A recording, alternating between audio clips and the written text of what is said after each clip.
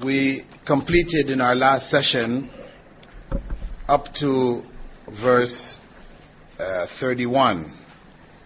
In verses 29 through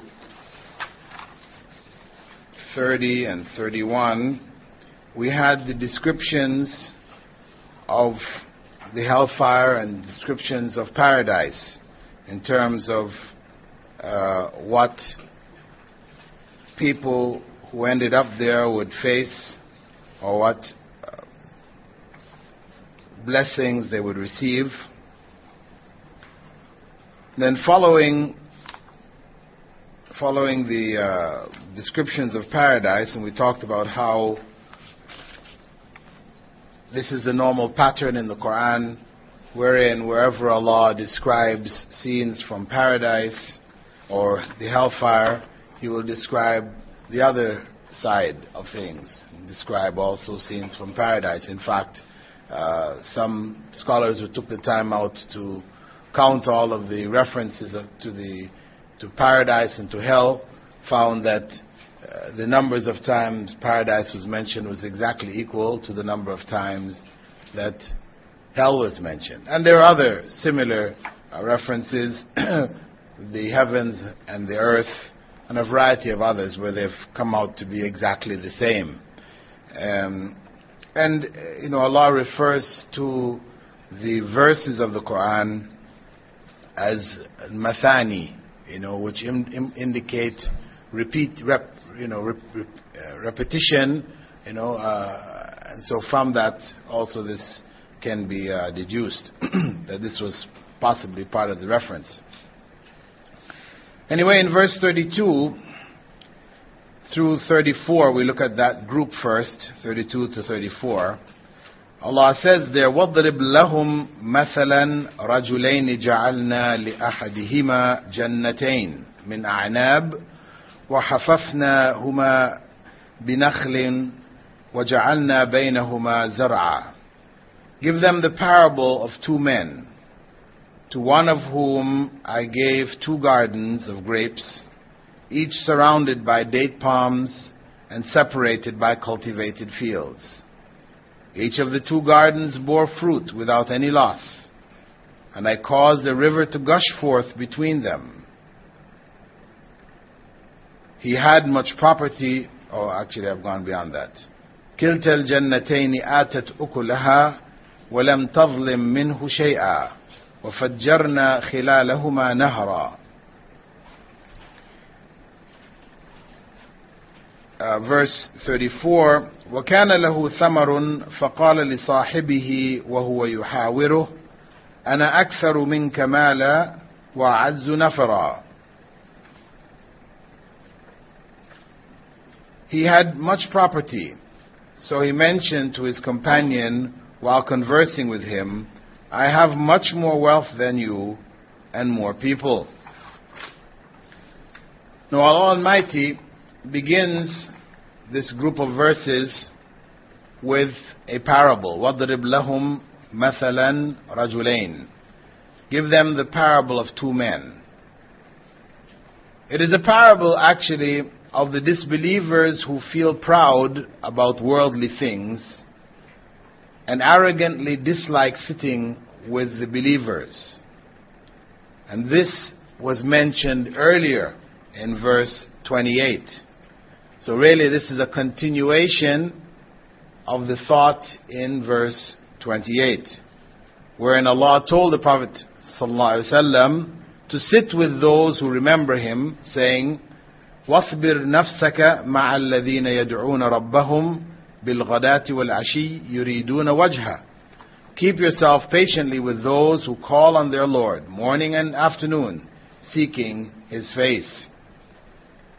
So Allah is developing now in the next series of verses a parable of these two groups of people, the rich and the famous and the powerful and their attitude, and the poor, the lowly, and their response or their situation with regards to Iman, etc. Now the scholars of Tafseer differed as to whether the two men that are mentioned here were hypothetical. Allah said, وَاضْرِبْ لَهُمْ مَثَلًا رَجُلَيْن, give them the parable of two men. Could be any two men, so it's a hypothetical situation. Or whether they refer to actual people. Those who held that it referred to actual people, of course, then they differed. Who were these actual people? And the most popular explanation as to who they were, and the general position was that they were from amongst the Israelites. But there is an opinion held by a number of scholars that they were two brothers from the Makhzum clan in Mecca. One of whom was Abu Salama, whose wife, Salama, later became the wife of Prophet Muhammad sallallahu alaihi wasallam. When he died,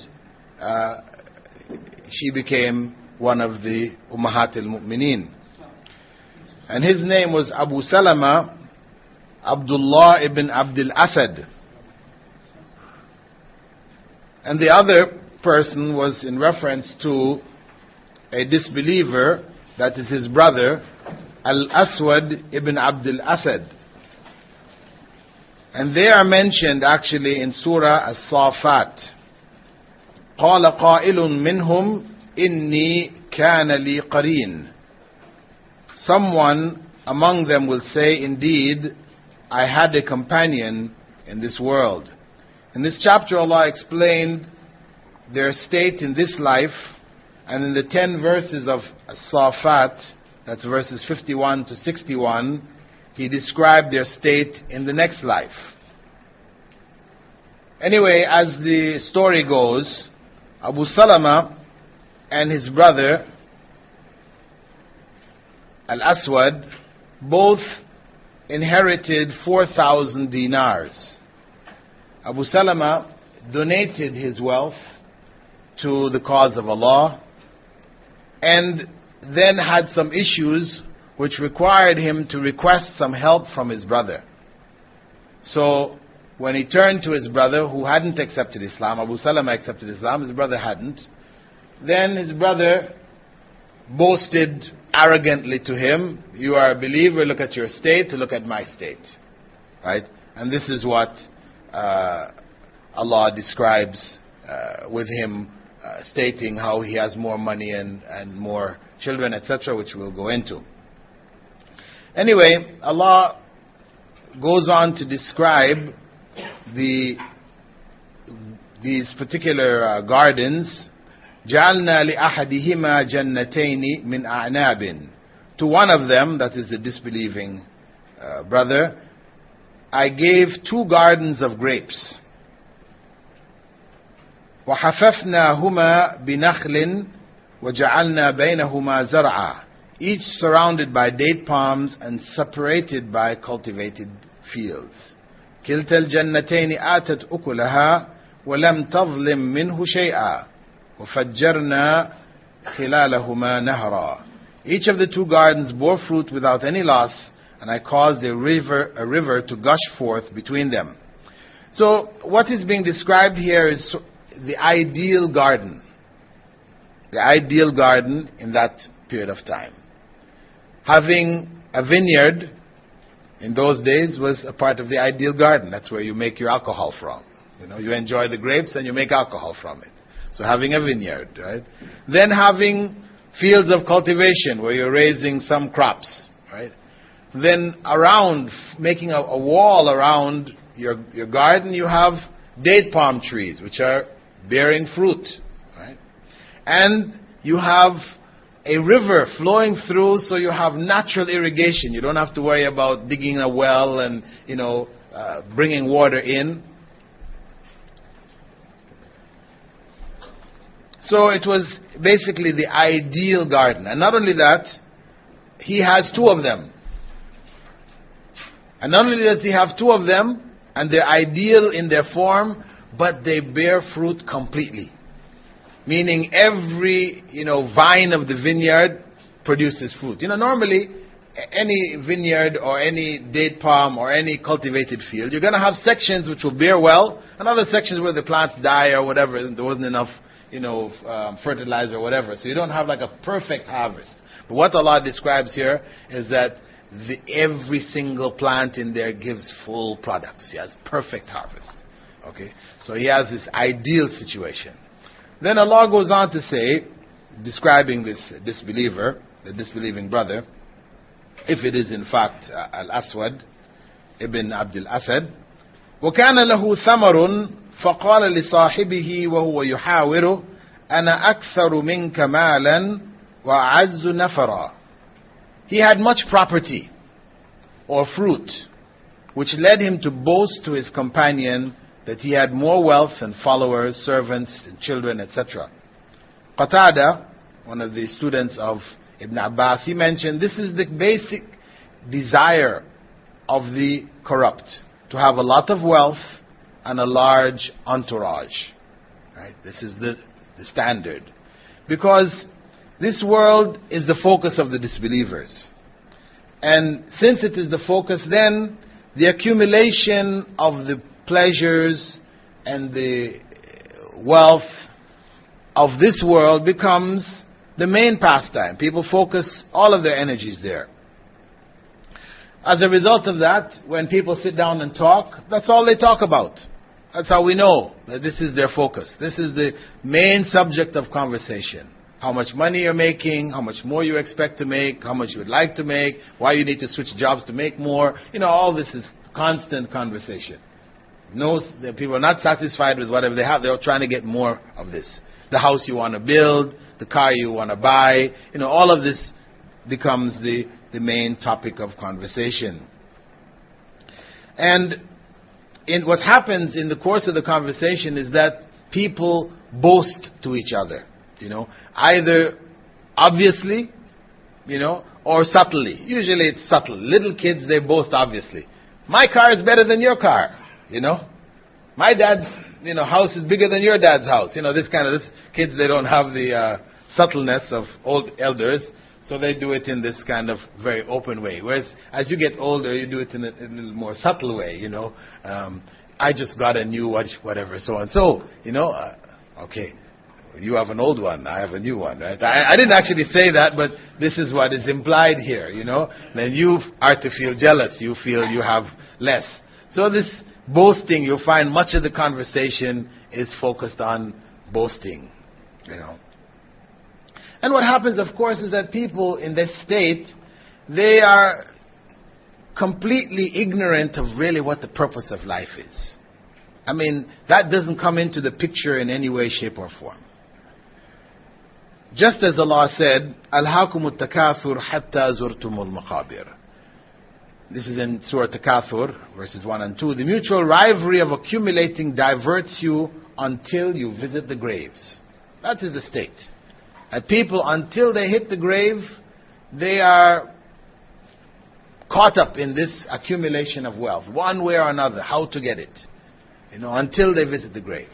And of course, even this verse, until they visit the grave, the scholars had two interpretations of it. That even when they go to the graveyards, one is that until they visit the graves, when they finally put in the grave, okay, it ends. All of this rivalry is ended. You can't do it anymore. They wake up time. Now we realize what life was about. Too late. That was one interpretation. The other interpretation is that even when they go to the graveyards, they're still boasting. They're trying to build a big tomb, the bigger tomb, and who's got the bigger tomb, and this.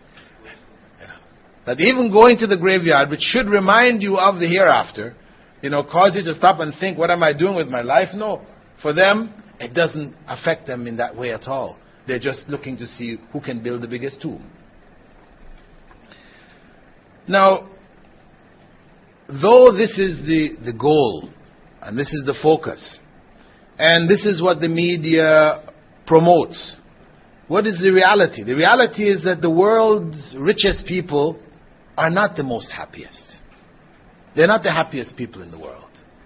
And that's what it should have been. If this really was the goal, and this is what, people spending all their efforts on, that's what should be at the end of it all. But if a person just stops and thinks for a minute, the level of depression, the numbers of people who are in depressed states, who are suffering from depression, and suicide is highest amongst the most prosperous nations and in the industrialized societies. This is where it is the highest.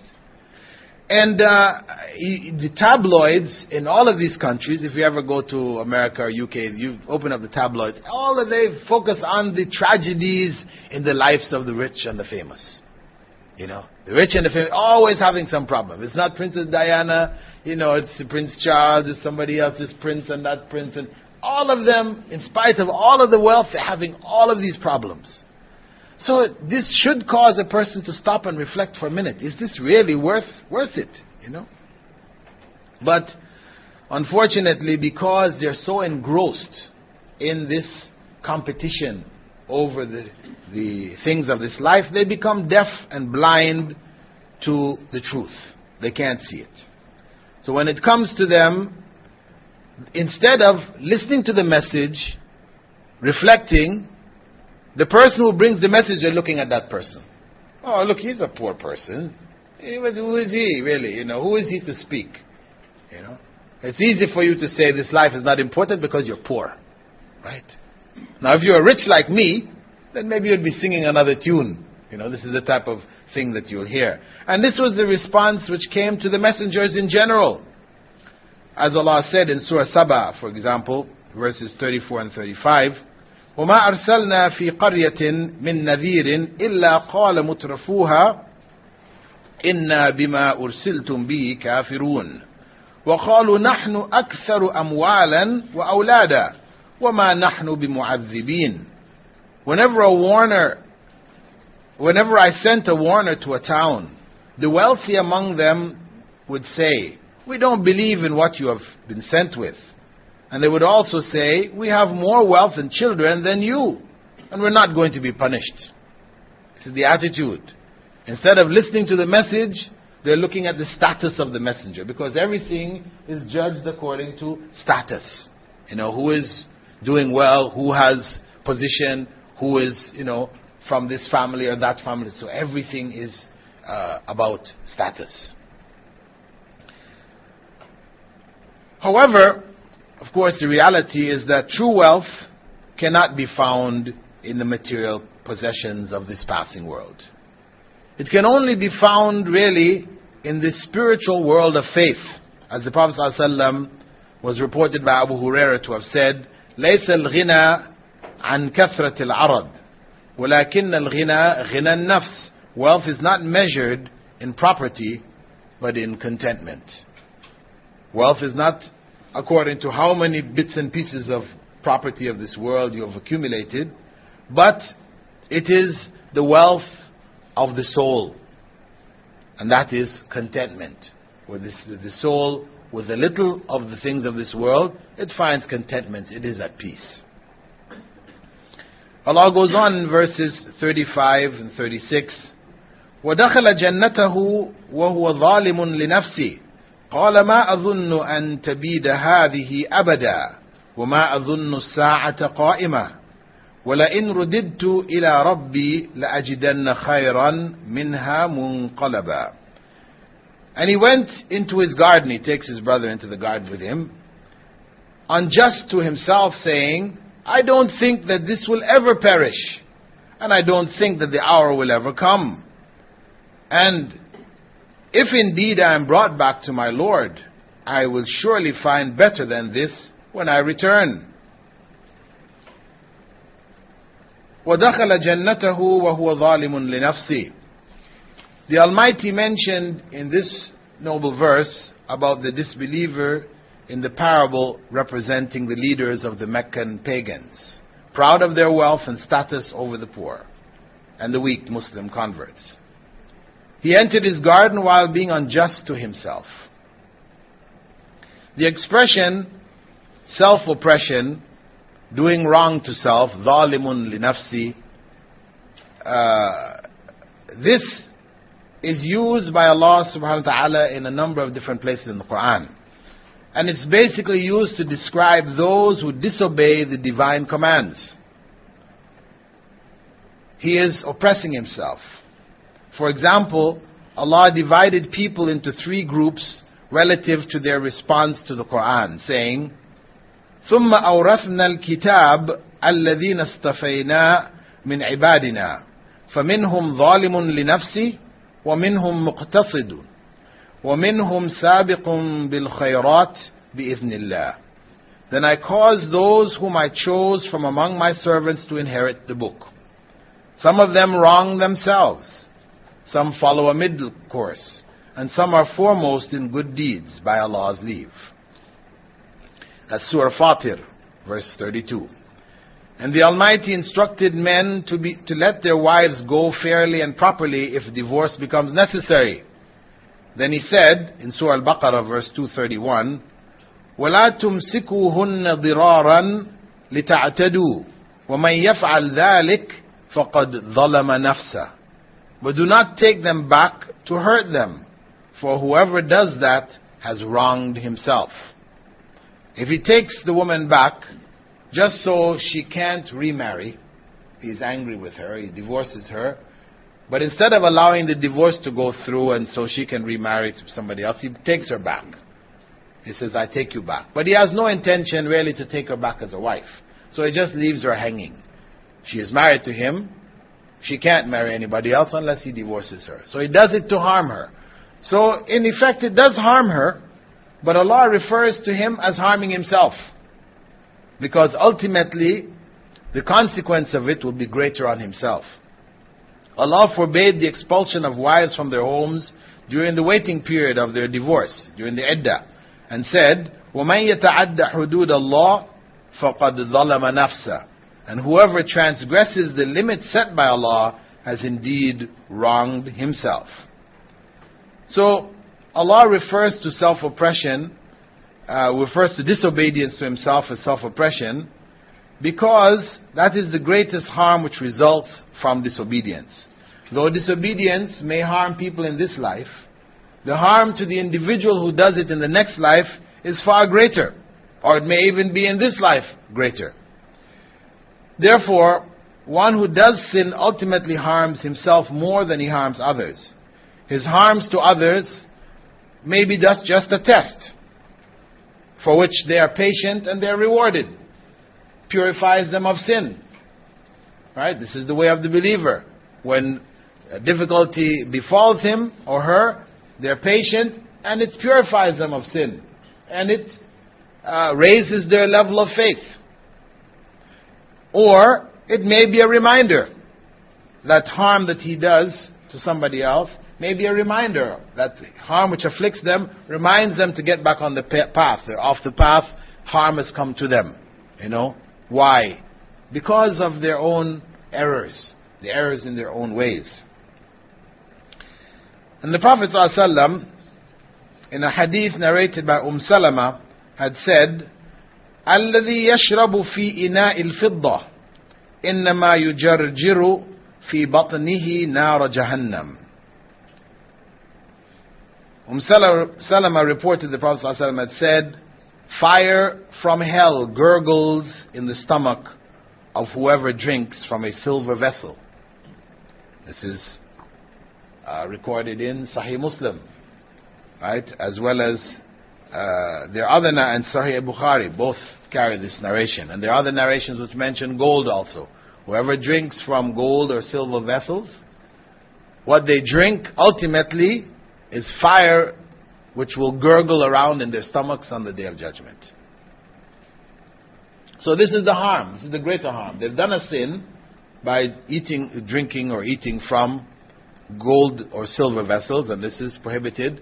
This doesn't include, they have some vessels which may have little painted gold on it, or, you know, it's like, but true gold vessels means it's pure gold.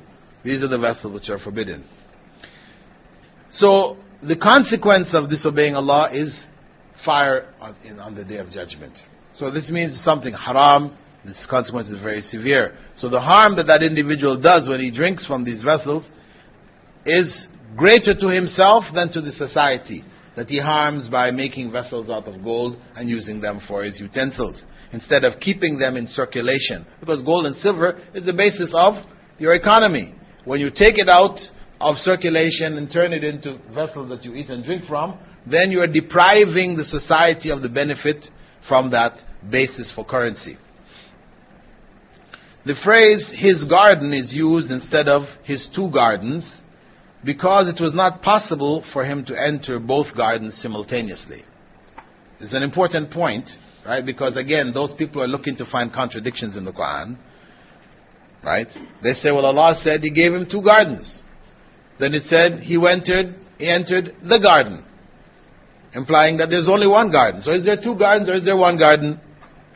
This is the confusion that some try to raise with regards to the Quran. But it's a simple explanation here that, of course, if he's taking somebody in to show the gardens, he can't step into both of them at the same time. He's either in one or he's in the other. So that's why it's referred to as one garden. قَالَ مَا أَظُنُّ أَن تَبِيدَ هَذِهِ أَبَدًا. His saying, I don't think that this will ever perish, indicates that he had become so self-confident and arrogant that he could not imagine ever losing his property. His wealth and entourage were so amazing to him that he forgot that nothing in this world lasts forever. Abu Huraira had quoted the Prophet ﷺ as saying, يقول العبد مالي مالي إنما له من ماله ثلاث ما أكل فأفنى أو لبس فأبلى أو أعطى فاقتنى وما سوى ذلك فهو ذاهب وتاركه للناس. A man says, my property, whereas the part of his property which is his consists of three things. What he eats and uses up, what he wears and makes threadbare, or what he gives away in charity and so acquires for himself an eternal reward. Everything else is left to others when he departs. That's the reality. The wealth that we accumulate, it only benefits us immediately in this world. We eat up from it to buy food, we eat up whatever foods we eat. The clothes and things that we buy, we wear them out, we use them up. We can't take this with us in the next life. And the only thing that we take is what we give in charity, where a reward comes from it, and we benefit from it in the next life. In verse 26, the individual's arrogance reaches its peak. And he says, I don't think the hour will ever come. وَمَا أَظُنُّ السَّاعَةَ قَائِمَةً. Here he openly denies the resurrection, after implicitly denying it by claiming his gardens would continue forever. Because once you say that the gardens will never perish, actually you're implying that the world will never end. Yeah, this which I have is eternal. Right? So there's, again, a subtle denial of the resurrection. But then he openly comes out and says, I don't even think there's going to be an hour, final hour, where there will be resurrection. And he adds to that, even if there were, and I don't believe there is, even if there were, and I was brought back to my Lord, I will surely find better than this when I return. وَلَئِنْ رُدِدْتُ إِلَىٰ رَبِّي لَأَجِدَنَّ خَيْرًا مِنْهَا مُنْقَلَبًا. So although he doesn't believe in the resurrection, he goes on to say that even if he were brought back, his great wealth and status in this life would guarantee an even better place in the next. And this was the belief of the pharaohs of Egypt, wasn't it?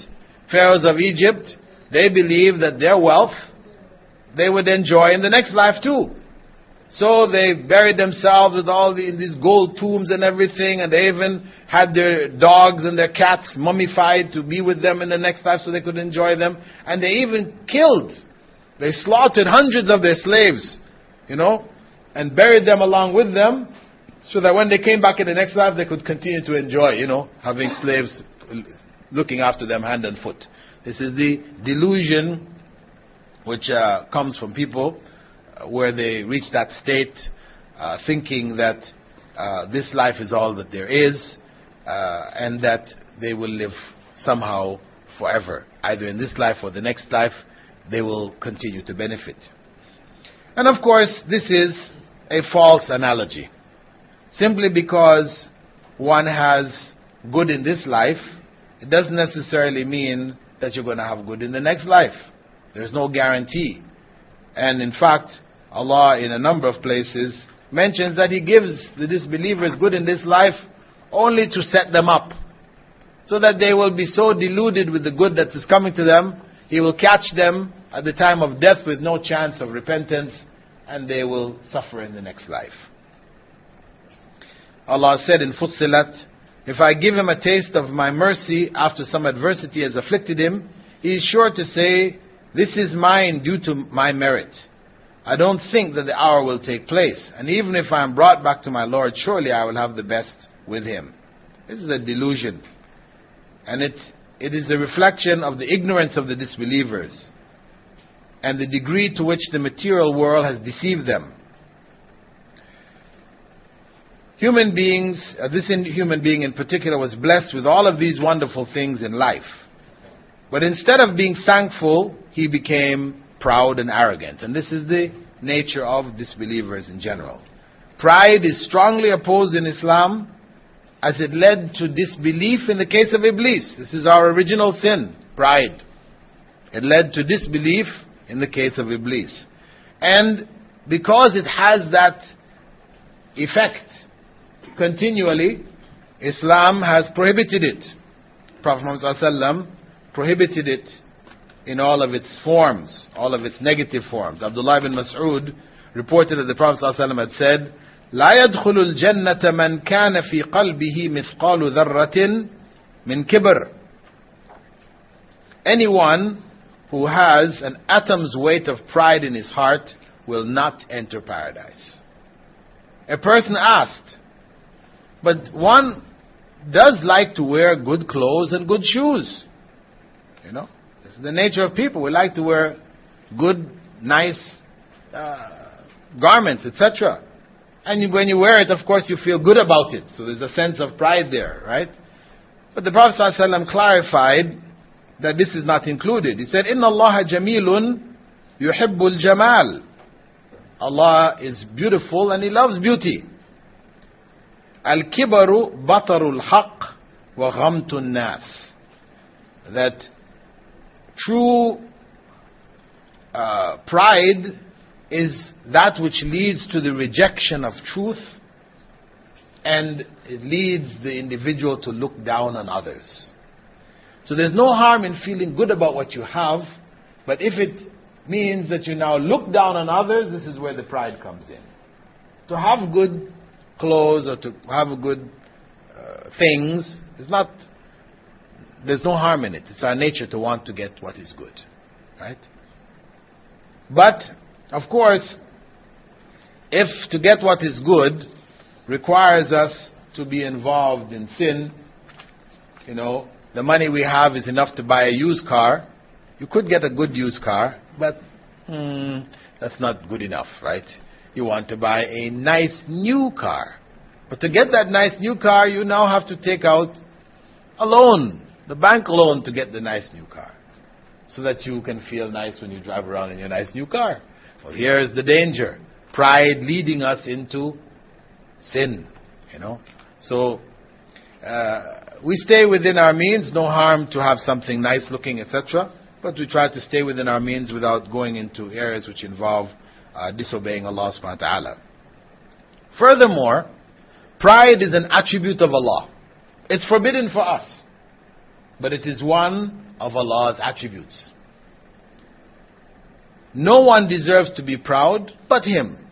Why? Because human beings, they are created by Him. Whatever they do is by His permission. So they really have nothing to be proud of. They have done nothing, really. They have made some choices and Allah has permitted it. Everything is His. He created it. He owns it. So He has the basis for pride. And this is why this attribute is unique to Himself, because He's the only one who can be legitimately proud. And this is why the Prophet ﷺ said in a hadith Qudsi, Al-Kibriya'u Ridai, quoting Allah subhanahu wa ta'ala, that Allah said, Al-Kibriya'u Ridai, Wal-'azamatu Izari, فَمَنْ نَازَعَنِي وَاحِدًا مِنْهُمَا فَقَذَفْتُهُ فِي النَّارِ. Allah most great and glorious said, pride is my cloak, and greatness is my robe. So I shall cast into hell whoever competes with me with respect to either of them. Right?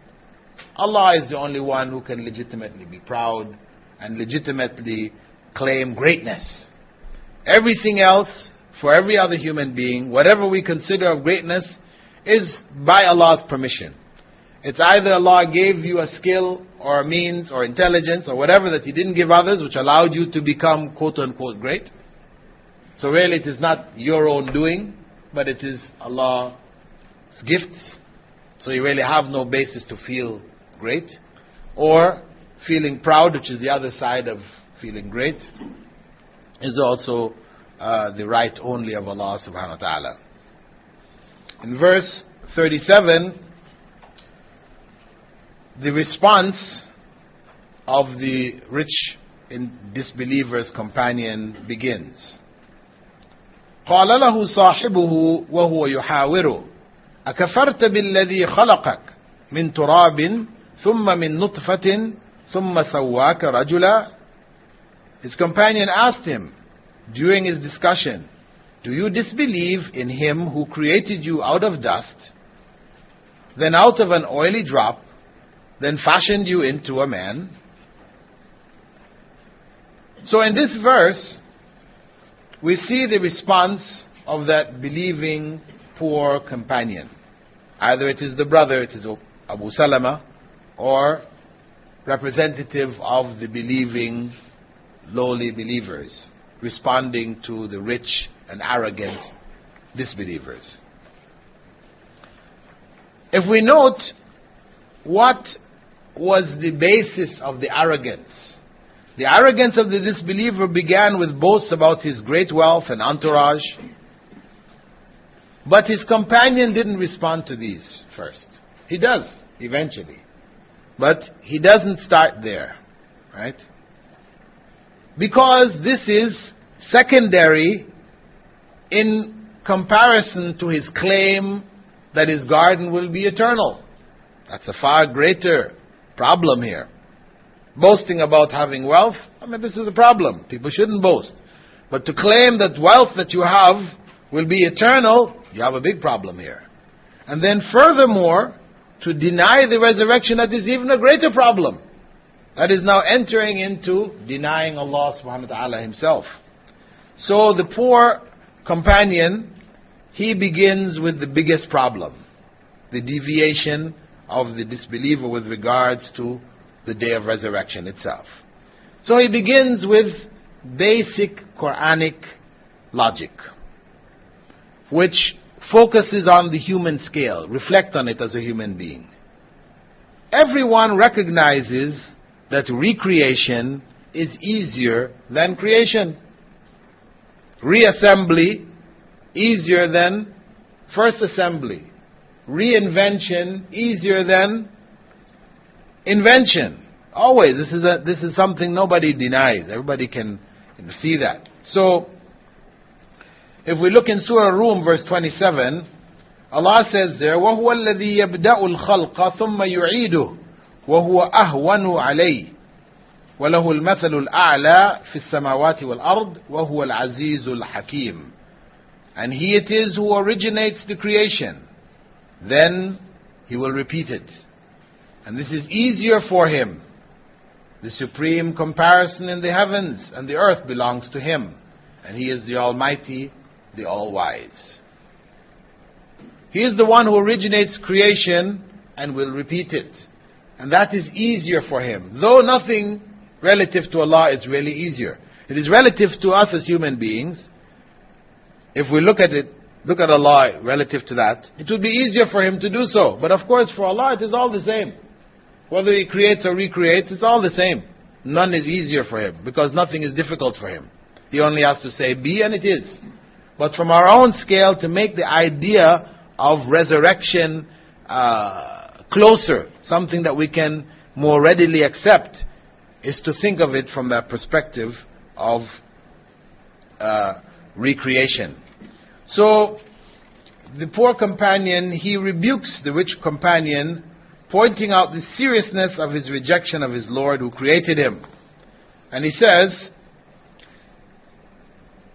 in Surah Al-Baqarah, the same idea, verse 28, كيف تكفرون بالله وكنتم أمواتا فأحياكم. How can you disbelieve in Allah, seeing that you are dead and He gave you life? How can you disbelieve in Allah, seeing that you are dead and He gave you life? Everybody knows that there was a time when we didn't exist. And then we were brought into existence. Not by ourselves, we didn't bring ourselves into existence, nor by the people around us. They didn't bring us into existence. So we know, each and every person knows in his heart of hearts that there is a creator who has brought us into existence. And He's the creator of all things. So, this is the challenge. To reflect, He is calling on that individual, rather than focusing on the gardens, etc. He later on makes a statement about them. But here He just focuses on the primary problem. The most, as they say, first things first. Focus on what is the biggest issue. The issue of Allah resurrecting. So, think about that. It's easier to recreate than it was to create in the first.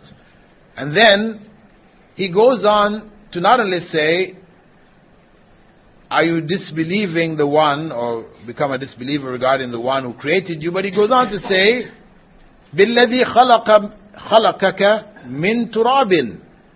The one who created you out of dust takes the individual, that rich individual, pompous, arrogant individual, back to his origins. That He made you out of dust. Meaning really that He made Adam, your forefather, out of dust. And as a result, each and every one of us has an element of dust. When you look at the chemical makeup of the body, it's made up of the same elements that you can find in the soil. Here, there.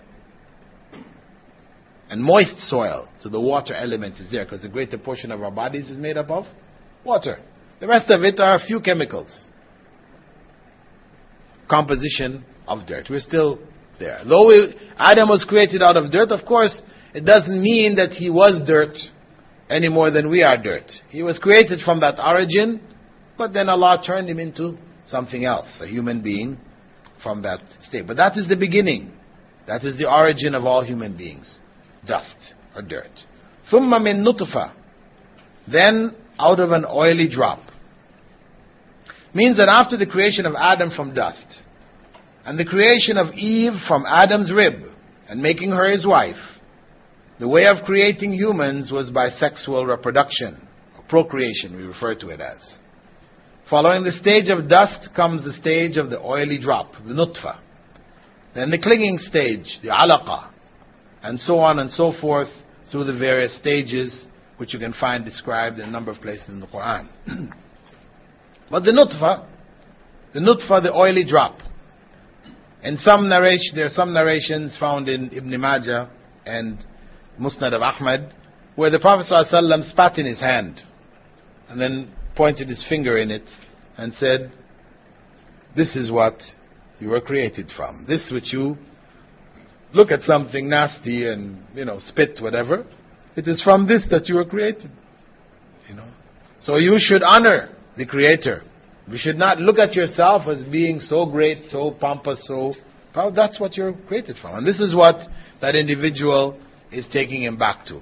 The oily origin. Whether it is semen, or whether it is a combination of semen and the female fluids, and some scholars have explained in more detail that the nutfa refers to the essence of the fluids. That really, for all the fluids that are involved in procreation, what actually takes part in producing that first cell is just one spermatozoa and one ovum.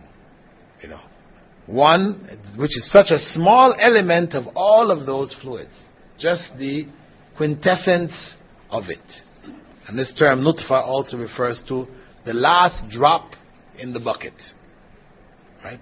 As things pour out of a bucket, the very last drop they refer to as also nutfa. The essence, the last. A very small portion out of the great. And this is, used as to explain also some of the miracles of the Quran, that this was identified at that time, 1,400 years ago, when people had no idea about what human beings were created from. Then, ثُمَّ سَوَّاكَ رَجُلًا, then He fashioned you into a man. Means that He made you stand upright, your limbs proportionate, in the best form, أحسن تقويم, in the best form possible. Allah, when you look at human beings, there are elements that He has given, though we share with the animals all kinds of things. And we're supposed to be the closest to the chimpanzee, right? According to their analysis. That only 2% of our genetic material differs.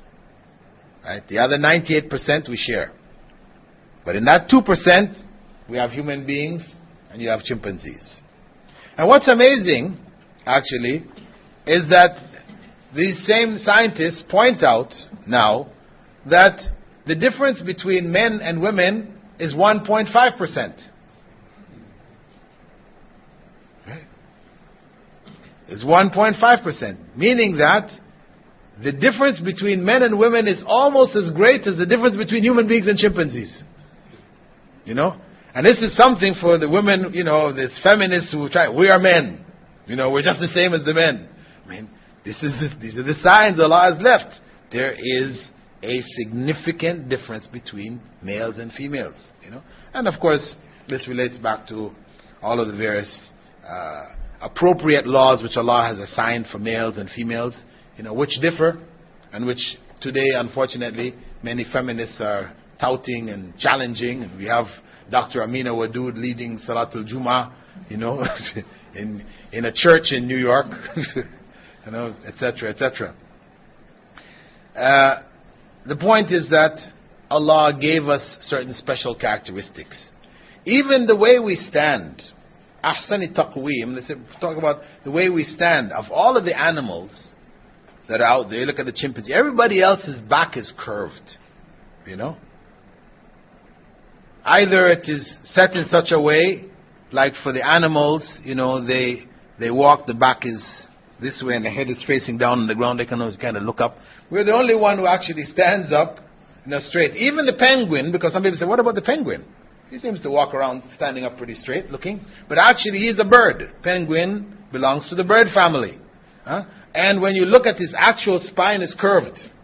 We're the only one that has this almost straight spine. And this gives us certain abilities that the other animals don't have. Even in the way that Allah has proportioned our body parts. The difference between us and the chimpanzees and the apes is what they call the opposing thumb. Right? If you look at the chimpanzee and the apes and the orangutan, these are the ones that are supposed to be closest to us, right? Their thumbs are on the same level as the rest of their fingers, as if you had like a fifth finger. Whereas we have the thumb on the other end. That allows us to grasp things, right? And gives us certain abilities. According to the evolutionists, this is when, we became human beings and left the rest, when we developed this so-called opposing thumb. But this is all a part of how Allah has created us. This is special features which He has given us, which separates us out from the rest of creation, even though we may share with them so much. And Allah, in Surah Yasin, the end of Surah Yasin, verse 77, He says there, أَوَلَمْ يَرَى الْإِنسَانُ أَنَّا خَلَقْنَاهُ مِن نُطْفَةٍ فَإِذَا هُوَ خَصِيمٌ مُبِينٌ. Can a human not see that I created him from an oily drop? Same story. Yet behold, he is an open opponent. In spite of the human being's lowly origin, he is arrogantly challenging the Creator. He is willing to say there is no Creator at all. There is no God. This is the state that human beings have reached. So, the poor companion, he encouraged the richer companion who was boasting as a disbeliever, boasting, to reflect on his origins. to reflect on the fact that he didn't create himself, that he was created. And he's accepted that, because most natural people accept this. So if you are created, then you need to honor that creator, not be arrogant with regards to him. And among his characteristics is that he will bring you back. He can bring you back. He's the creator, and it's no problem to bring you back. And there is logic and reason why this bringing back is necessary. Because in this world, justice is not fulfilled. Allah's justice is there. But in this world, justice isn't fulfilled. Bad people seem to get away with murder, as they say. Good people may suffer. And where's the justice here? If a person just reflects on it, some people say, well, that's life. Life is cruel. But though we say, yes, life is cruel, life is, difficult, life is tragic, we use all these terms, but in the same time, that's not the way we feel it should be. That's not the way we feel it should be, and that's why we make laws.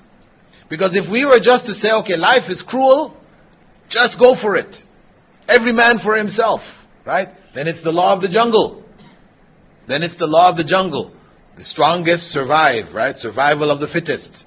You happen to be big, 200 pounds, 6'4", then you can get whatever you need. Anybody who is smaller than you, you bonk them over the head, take their property, whatever. This is how it is. That's how it functions in the jungle. But so, even though you keep saying, yes, life is cruel, that's not the way you like it. So you do try to set up laws to stop the big people from doing these things, right? So that there is some justice. So that's the science. It should tell us, really, that obviously there has to be justice on a great higher plane. Because if we find it necessary, we in our own simplicity find it necessary to try to establish all of these systems to make things just for ourselves, as just as we can, surely Allah, more knowledgeable, more great, who created everything, is going to be just. So justice will prevail. So this is what the individual is called to reflect on. Allah created him, and He can bring him back. That his expression here is actually an expression of disbelief. He said, "Akafarta? Have you disbelieved?" Though in his statement that I don't believe that the final hour is coming, I don't believe the final hour is coming, this is not necessarily a statement of disbelief in Allah. Right? We may say this is an element of shirk here, because one of Allah's qualities is being denied here. He has said that He would bring things back, and you're denying it.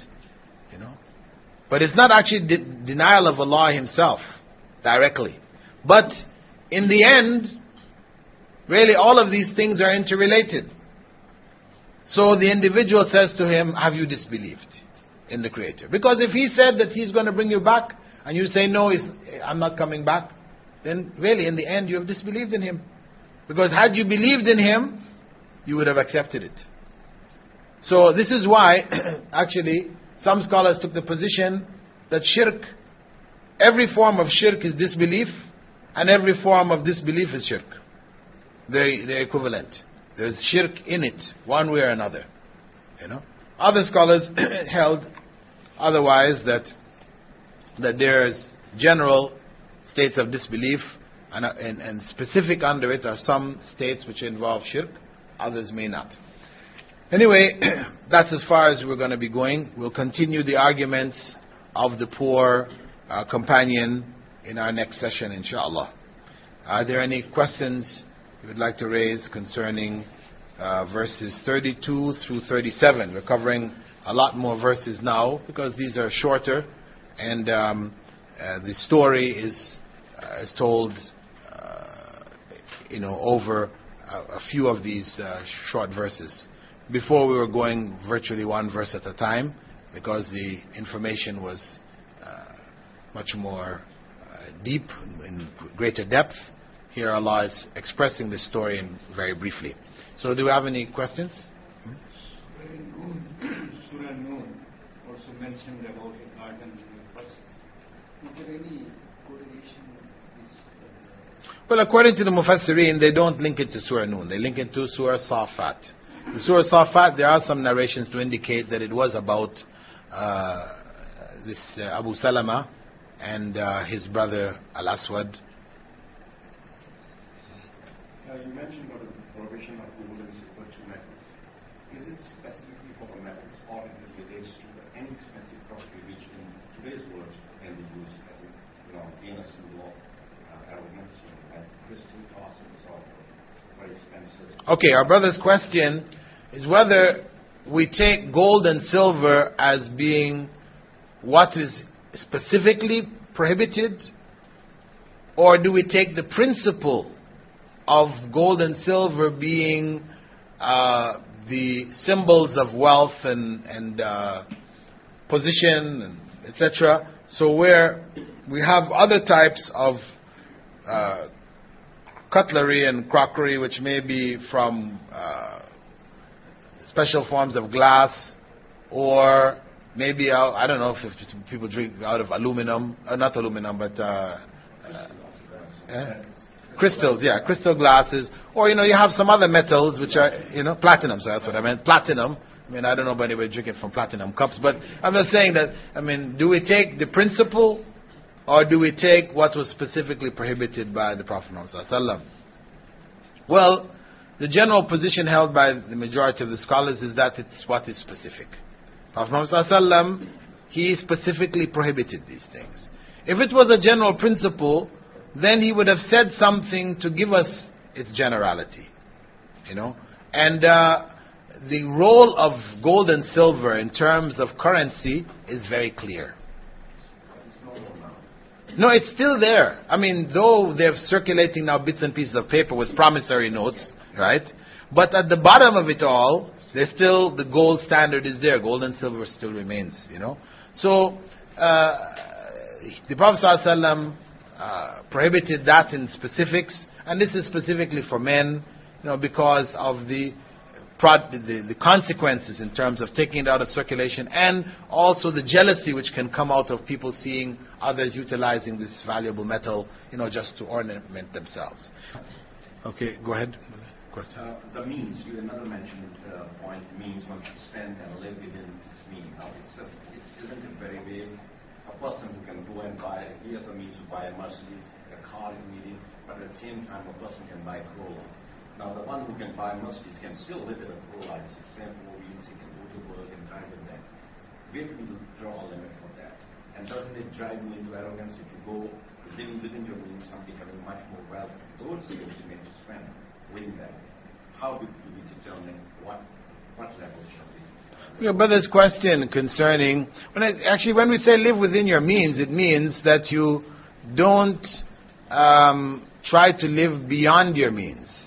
That your economics only permits you to do this particular thing.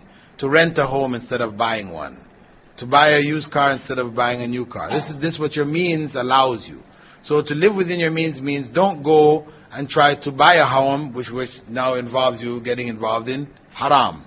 Or to buy a new car, because you're trying to live out of your means. And that's what happens really with the credit card society, where people are encouraged to spend beyond it. You have a card, just as long as you pay it up, eventually, we've got you with the interest and everything else, but, you have this card, you can buy beyond your means. You don't have the money, you can buy with this card.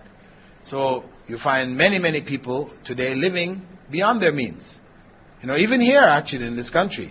One might think that, the people have a lot of money. They do. There's a lot of money in the country, but many, many people here do live beyond their means. You'll see them in, living in some parts of the city, where the buildings are quite, but outside, there's a Rolls Royce sitting outside there. You say, how is that? Because that's status. So when he drives around in his Rolls Royce, he feels good. He goes back home to, but they will be allowed. They can go to the bank. As a local, you can get loans. As long as you're a local, you're good for it. So people will live beyond the means. And many people are in that state. They have many problems because of it. But what we're talking about... If you don't go into the loans, if you don't borrow, and you have the sources, you have enough of it, and you can live in a 2-bedroom house, you hire a 4-bedroom house, as I said... Yeah, okay, so this is the other element. Now, this is the other element now, in terms of whether you become spendthrift, whether you're squandering your wealth. You see, because that's the point now that it becomes evil. You're buying things that you really don't need, so it becomes, and you're just buying many of them. You may have 15 cars, you can only drive one. Things like this, where you're just squandering your wealth. And Allah describes those who squander their wealth as being brethren of the devils. Innal mubadhirina kanu ikhwana shayateen. Those who squander their wealth are the brethren of the devils. So it is not something, Islam doesn't permit this, it forbids it. But now if a person, for example, in terms of the level of wealth that they have, they can afford to buy a Rolls Royce. Right? They buy a Rolls Royce. That's their car, They're the head of a whatever, they're billionaires, whatever. That's the car that they can afford to have it. It provides regular service for them. It does the job well for them. They're happy with it. No problem. At the same time, from his wealth, he gives. He's giving out in charity left and right and so on, so on, so. There's no harm. Islam doesn't say, no, he can't have that Rolls Royce because this Rolls Royce is just forbidden to Muslims. No. But as long as he is giving what is required is zakah from his wealth, he's giving in charity, he's doing the other things, then for him, because he can afford, the top of the line, there is no harm. But when he gets 10 of them, this is where we say, okay, now there's something wrong here now. Because you can only drive one. Right? What is 10 for? This is where it becomes squandering. So he can afford, yes, he could have gotten, a small bungalow, but he can afford a palace. But he's still doing all of the other things. So he gets a bigger place, but how does he use that place now? This is what, again, of course, once he gets a place like that, then there is some, trial involved here. If he squanders his wealth in it, then it becomes a fitna for him, it becomes a source of punishment for him. But if he invites people in, he invites the poor in from time to time, that they, serves them. You have some people like that who are well-to-do, and they will make an effort to deal with the common people and include them in some of them in their gatherings, and serve them like this. And, this is something greatly pleasing to Allah. So, it's a part of the general test, as Allah says, that the wealth, the children, all this is a part of the test of this life anyway. How we use it, and it goes back again to our intentions. If we're using it to make a show, even if it's only one, then it becomes harmful to us. But if we're getting good things because they service us well, that is the nature of our position, our job, etc., etc., and we're not doing it, we don't feel proud about it when we utilize it, etc., we don't look down on other people, etc., then it isn't of harm to us. Inshallah, we'll take one more question. Go ahead. Two questions. Okay. Go ahead. First one is, you mentioned that there are those online that say that the story is real, others that it's just metaphorical, it didn't really happen. Why would Allah specify a story and give it such details, and it's just metaphorical, it didn't really happen? Okay, brother's question, why would Allah make the story hypothetical, right, as opposed to description of two real individuals? Why? Because He's put so much detail in the story. Well, the point of why, if Allah chose to do it, He chose to do it. We can't go into whys, really. The reality is that we don't know for certain. Was it about two real individuals, or was it hypothetical?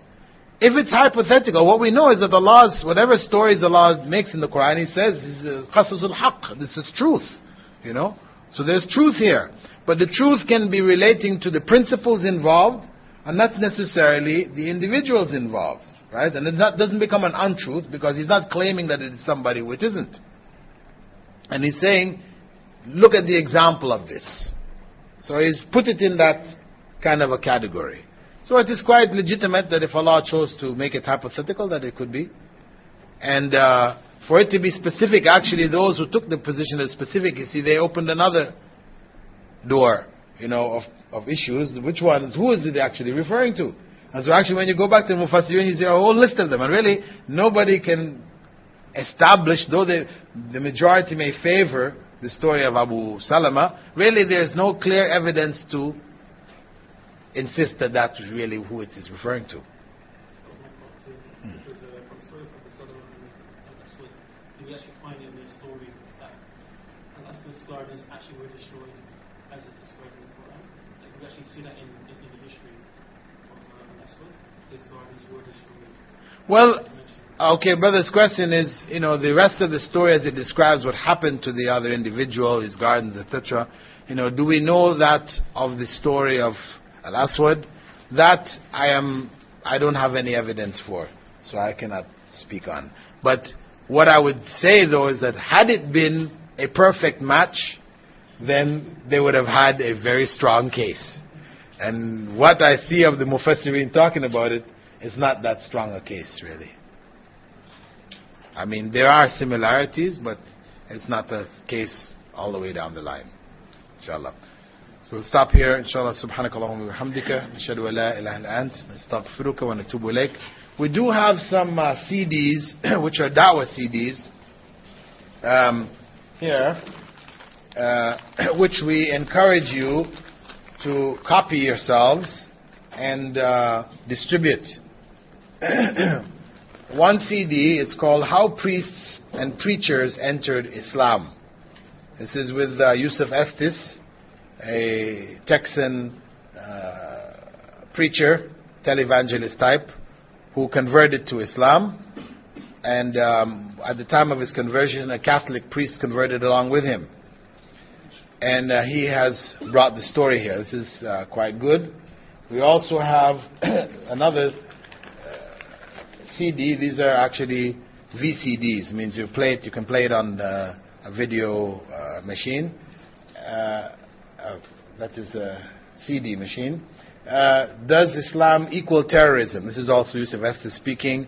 A lot of times where this becomes a big issue, he has handled it quite funnily. And, as a Western Texan preacher would handle it, quite a former preacher, he's done quite a good job.